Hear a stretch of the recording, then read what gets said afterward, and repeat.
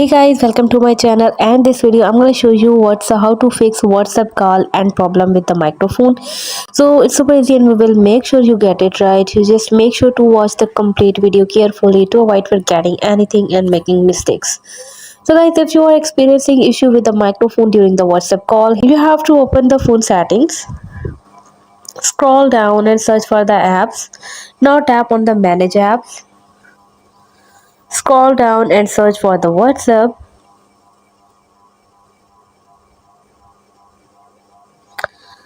And here you can see, now tap on the app's permission.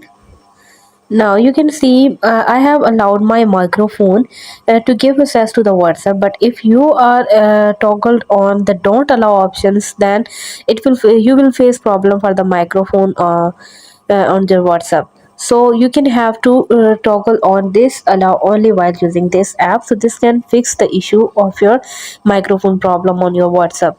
So hope you guys like my video. Please consider showing your support by commenting, liking, sharing and subscribing to my channel for more valuable content in the future.